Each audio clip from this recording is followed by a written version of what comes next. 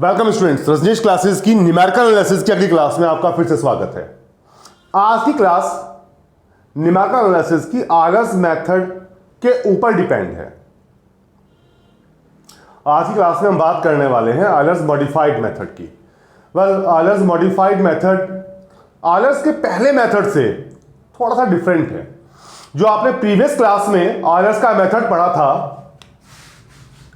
जिसके अकॉर्डिंग अगर कोई डिफरेंशियल इक्वेशन है हमारे पास फर्स्ट ऑर्डर की, dy by dx is a function of x y, where x is x not and y is y not. तो हर h गैप के बाद जो पॉइंट पड़ते हैं उन पर जो y की वैल्यूज आती हैं उन्हें एस्टिमेट करने के लिए मैंने आपको फॉर्मूला दिया था। इसका हमने प्रूफ भी किया था, yn plus one equals to yn plus h time f x n y n. इस मेथड में थोड़ी सी कमी रह गई थी ना हमारी साइड से नहीं, आयलर्स की साइड से ये उतनी एक्यूरेट वैल्यू नहीं दे पा रहा था। तो इसके बाद आयलर्स ने इसे मॉडिफाई किया, एक नया मेथड लॉन्च किया जिसकी हेल्प से हम ज्यादा एक्यूरेट वैल्यू निकाल पाएंगे।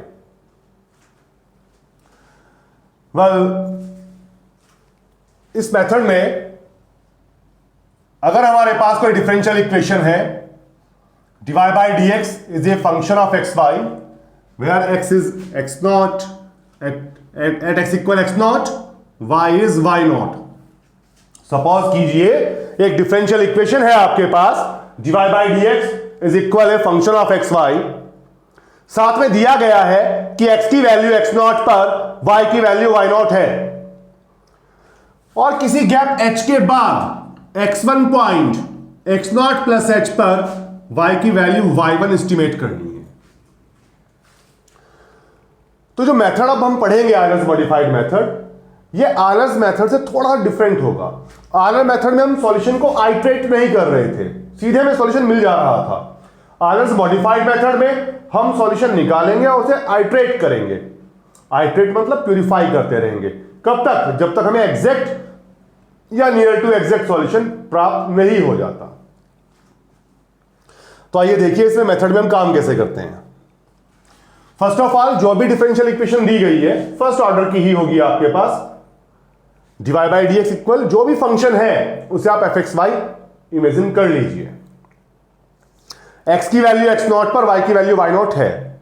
किसी गैप h के बाद x1 x not plus h पर y की वैल्यू y1 एस्टिमेट करनी है। जो y1 की फर्स्ट अप्रोक्सीमेशन आएगी, जो सबस्क्रिप्ट है, ये तो पॉइंट की वैल्यू शो करता है कि किस पॉइंट पर हम वैल्यू निकाल रहे हैं, यानी कि x1 पॉइंट पर वैल्यू है y1। जो सुपरस्क्रिप्ट है ये रिप्रेजेंट करता है नंबर ऑफ आइट्रेशन को। ये फर्स्ट आइट्रेशन है, सेकंड आइट्रेशन है। आइट्रेशन का मतलब अनुमान सॉल्यूशन के लिए। तो जो फर्स्ट आइट्रेशन होगी ये हमें आयलर के पहले मेथड से मिलेगी, y not plus h time f x not y not. F x not y not मतलब dy by dx में एफ एक्स वाई जो था उसमें आप x को x नॉट, y को y नॉट डाल देंगे। इसके बाद इस मेथड में हम dy by dx की वैल्यू को भी अप्रोक्सीमेट करेंगे। dy by dx 1 से हमारी सेंस रहेगी x की वैल्यू x1 और y की वैल्यू y1 की फर्स्ट अप्रोक्सीमेशन जो हमने अभी अभी कंप्यूट की है, यह dy by dx 1 की फर्स्ट अप्रोक्सीमेशन मानी जाएगी। तो dy by dx 1 की फर्स्ट अप्रोक्सीमेशन कैसे आएगी? dy by dx में x को x1, y को y1 डाल देंगे। y1 की जगह y1 की फर्स्ट अप्रोक्सीमेशन अभी तक हमारे पास अवेलेबल है तो उसे डाल दिया जाएगा। फिर आप कंप्यूट करेंगे y1 की सेकंड अप्रोक्सीमेशन। y1 की सेकंड अप्रोक्सीमेशन निकालने के लिए आप यूज करेंगे y नॉट। y1 की फर्स्ट अप्रोक्सीमेशन में y नॉट को y नॉट रखें, h को h रखेंगे। F x not y not की जगह आप अर्थमेटिक मीन लेंगे dy by dx नॉट का और dy by dx 1 की फर्स्ट अप्रोक्सीमेशन का। तो ये y1 की सेकंड अप्रोक्सीमेशन हमारे पास आ जाएगी। अगर y1 की फर्स्ट अप्रोक्सीमेशन और सेकंड अप्रोक्सीमेशन सेम है तो आप यहीं पे रुक जाएंगे। ये जो दोनों की सेम वैल्यू आई है, डेसिमल्स के 3 या 4 प्लेस तक अगर सेम है तो यही सॉल्यूशन मान लिया जाएगा कि x इक्वल x1 पर y की यही वैल्यू है। अगर ये रिपीट नहीं होती तो हम आगे y1 को और आइटरेट करेंगे। इसके लिए हमें निकालनी होगी डिवाइड बाई dx1 की सेकंड अप्रोक्सीमेशन। ये कैसे मिलेगी? इसके लिए आप डिवाइड बाई dx के अंदर x को डालेंगे x1 और y को डालेंगे y1 की सेकंड अप्रोक्सीमेशन। ये डिवाइड बाई dx1 की सेकंड अप्रोक्सीमेशन आपके पास आ जाएगी। फिर आप निकालोगे y1 की थर्ड अप्रोक्सीमेशन। ये होगी y0 plus h time divide by dx not plus second approximation of divide by dx 1/2।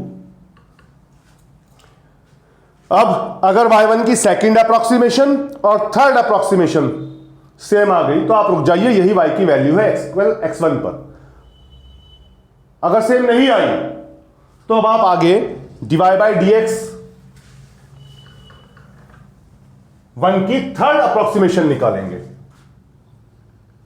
Divide by dx1 की थर्ड अप्रोक्सीमेशन ये कैसे मिलेगी? इसके लिए आप डिवाइड बाई dx के इक्वल जो भी फंक्शन था उसमें x को x1 y1 को y को डाल देंगे, y1 की थर्ड अप्रोक्सीमेशन जो अब ये भी निकाली है आपने। फिर y1 की फोर्थ अप्रोक्सीमेशन आ जाएगी आपके पास, y0 plus h time divide by dx not plus third approximation of divide by dx 1/2। अब y1 की थर्ड y1 की फोर्थ अप्रोक्सीमेशन चेक की जाएगी सेम है या नहीं। अगर सेम है तो आप रुक जाएंगे, यही x इक्वल x1 पर y की वैल्यू y1 है। अगर नहीं है तो आप आगे आइटरेट करेंगे, टिल एंड करते जाएंगे जब तक दो आइट्रेशंस कंसेक्यूटिव आइट्रेशंस डेसिमल्स के 3 या 4 प्लेस तक रिपीट नहीं हो जाती। जैसे ये रिपीट हो जाएंगे आप रुक जाएंगे। चलिए, तो बात हुई x1 पर y1 निकालने की। अब अगर एक और गैप h के बाद x2 x0 प्लस 2h पर y2 एस्टिमेट करना हो तो आप सफिक्स को एक एक बढ़ा देंगे। यानी यहां 1 था, यहां 2 कर दिया जाएगा, यहां 0 था, यहां 1 कर दिया जाएगा, यहां 0 था, यहां पे 1 कर दिया जाएगा, यहां 1 था, यहां 2 कर दिया जाएगा, यहां 2 कर दिया जाएगा, यहां 2। ये वैल्यूज अवेलेबल हैं, हम यूज करते रहेंगे। यहां 1 हो जाएगा, यहां 1 हो जाएगा, यहां 2 हो जाएगा, यहां 2 हो जाएगा, यहां 2 हो जाएगा, यहां 2, यहां 2, यहां 1, यहां पे 1, यहां पे 2, यहां पे 2 हो जाएगा, यहां पे 2, यहां पे 2, यहां पे 2, यहां पे 1, यहां पे 1, यहां पर 2। अब अगर आपको एक और गैप h के बाद x3 पॉइंट पर x0 प्लस 3h पर y3 निकालना है तो फिर से सफिक्स को एक एक इसके आगे बढ़ा देंगे आप। सब सफिक्स में +1 कर दिया जाएगा सेम।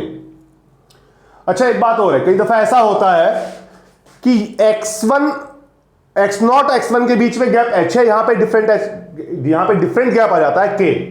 सपोज मतलब x1 तो होता है x0 प्लस h गैप पर, जो अगली वैल्यू है वो डिफरेंट गैप k पे आ जाती है। तो जब हम x2 y2 निकाल रहे होंगे तो यहां h की जगह में वाला गैप यूज करेंगे, फिर k चलेगा यहां पर। Is it clear? और आप इसके ऊपर एग्जांपल क्वेश्चंस ट्राई करें जो बड़ी आसानी से हो जाएंगे आपसे। अगर कोई प्रॉब्लम आती है तो वही कमेंट सेक्शन में जाकर आप कमेंट करेंगे, मैं वीडियो बना के पोस्ट कर दूंगा सॉल्यूशन का। जल्दी मिलते हैं अगले सॉल्यूशन के अगले लेक्चर के साथ। Till then good bye.